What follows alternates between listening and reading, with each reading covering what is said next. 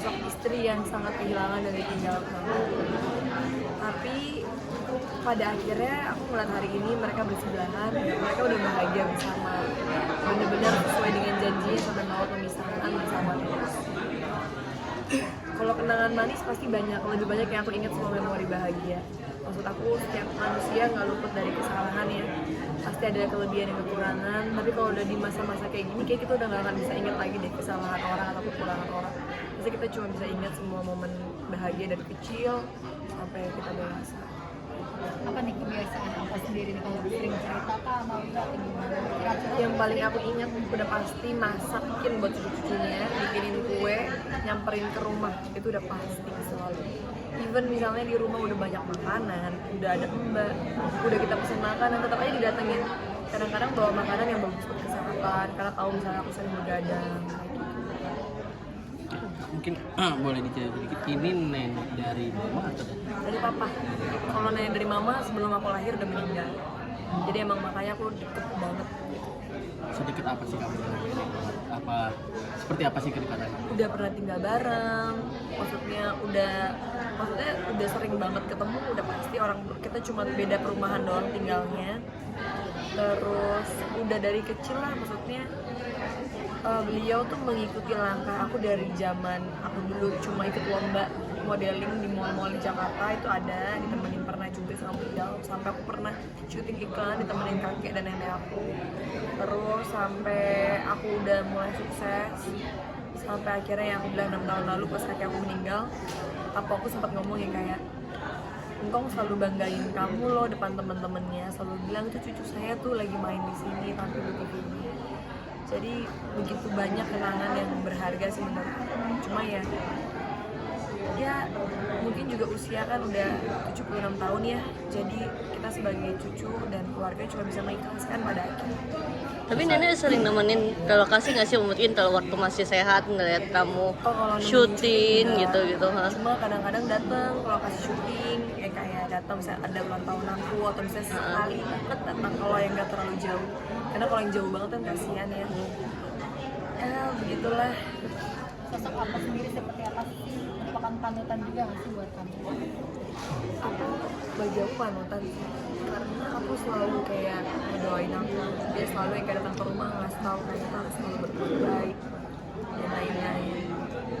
Ya intinya mungkin hari pertama itu berat banget bagi aku, waktu hari Rabu ya, Rabu pas tahu pagi-pagi itu berat banget, kayak rasanya kok secepat ini ya, karena hari Seninnya aku masih datang jenguk aku, masih suapin es krim buat aku, tapi memang aku nggak banyak berucap kata-kata karena aku tipikalnya kalau ngomong pasti nangis, jadi mendingan aku diam aja, duduk di samping aku.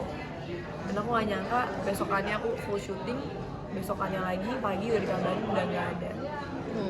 Mungkin seandainya bisa kembali ke waktu itu, pengen ngomong sebanyak mungkin waktu beliau masih sadar dan masih bisa dengar. Karena kalau kayak kemarin dari peti mati kan udah maksudnya nggak, kita ngomong pun juga belum tentu dengar dan bisa merasakan sentuhan atau belayan dari kita gitu. Bet, ada nggak sih tradisi yang dari nenek ke papa kamu terus turun lagi ke kamu gitu? Harus apa atau gimana? Ada nggak sih tradisi seperti itu? Enggak sih, lebih kayak maksudnya di keluarga aku tuh semuanya ya, maksudnya mungkin karena dari aku juga terus selalu kuat dalam doa, selalu ngajarin bahwa dalam hidup itu kita harus punya hati yang baik sama orang, nggak boleh punya perasaan yang nggak baik, terus berdoa karena kita nggak pernah tahu lingkup pekerjaan kita dan orang-orang di sekeliling kita kayak gimana, selalu dikuatinnya dalam hal seperti itu dari aku. Mungkin aku sering berpesan apa sih ke kakak? Apa yang paling sering dia nasihatin buat kakak? Jangan lupa doa. Aku bisa tiba-tiba aku tuh datang ke rumah aku, aku nganterin makanan, ngedoain aku. Tipikalnya kayak gitu, ngedoain gitu. Ya Tuhan bantu Asa gitu. Jadi aku kayak dari situ ngerasa ya, terkadang dalam hidup ini kita butuhnya adalah doa dari orang yang bersayang sama dukungan kan. Kita nggak butuh materi, nggak butuh apapun, itu yang paling penting. Sering apa sih kamu ketemu dengan aku Lumayan sering, aku sering ke rumah sih. Kayak dalam seminggu tuh pasti ada aja, cuma waktu emang mulai sakit, mulai ke 6 bulan belakangan, memang udah jarang banget. Akhirnya aku jenguk pas di rumah sakit, terus gak lama dari rumah sakit, aku maunya dirawat anak di rumah, terus aku jenguk di rumah, terus itu lusanya udah baik.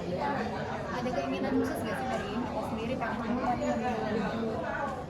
Ya pastinya aku yakin sih, aku pasti tadinya pengen ngeliat cucunya nikah nggak sih? Kan cucunya ada yang masih kecil, cucu yang paling gedenya yang kakak aku juga belum nikah.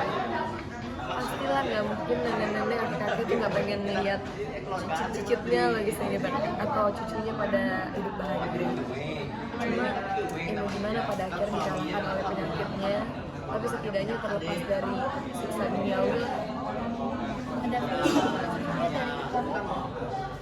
Udah ada feeling sih, kayak di hari yang mau suapin es krim aku itu yang datang ke rumah aku, itu yang mama aku udah sempet bilang, bisa ada yang mau diomongin nggak sama aku, minta maaf atau mau ngomong makasih atau apa. Cuma kan namanya anak muda, kita berusaha buat denial kan, kita kayak berpikir enggak lah, ini bisa sembuh, itu masih pengobatan, jangan melihat gitu aja. Tapi ya emang di situ tuh udah hati kecil nggak bisa dibohongin bahwa pas melihat kondisi aku emang udah terlihat tidak sefit waktu terakhir aku ketemu di rumah sakit, udah jauh banget. Jadi kayak istilah kata mungkin cuma tinggal melihat orang-orang yang terakhir yang dia cintai terus habis itu bisa pergi dengan tenang. Jadi kesana. Amin deh, pemakamannya di sini ada kakek juga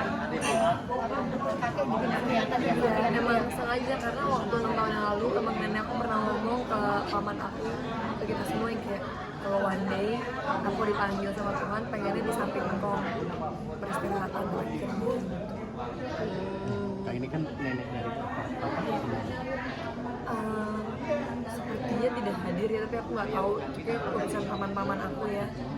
Cuma aku yakin harusnya semua anak pasti berduka juga sih. Cuma mungkin cara berduka tiap orang berbeda. Ada yang bisa menunjukkan langsung, menampakkan langsung. Ada yang mungkin butuh waktu sendiri atau gimana. Tapi keluarga dari papa ada hari ini. Ini yang ada di sini keluarga dari papa semua. Keluarga dari mamaku cuma tante aku 2 orang. Tapi papa gimana? Ada kabar dari papa atau gimana? Aku nggak tahu sih, itu lebih ke paman-paman aku soalnya. Karena aku pun juga dikabarinnya waktu itu sama mamaku. Mamaku tahu juga dari paman aku. Jadi paman aku yang memberikan kabar duka ini. Karena emang tinggalnya bareng sama paman aku yang paling gede.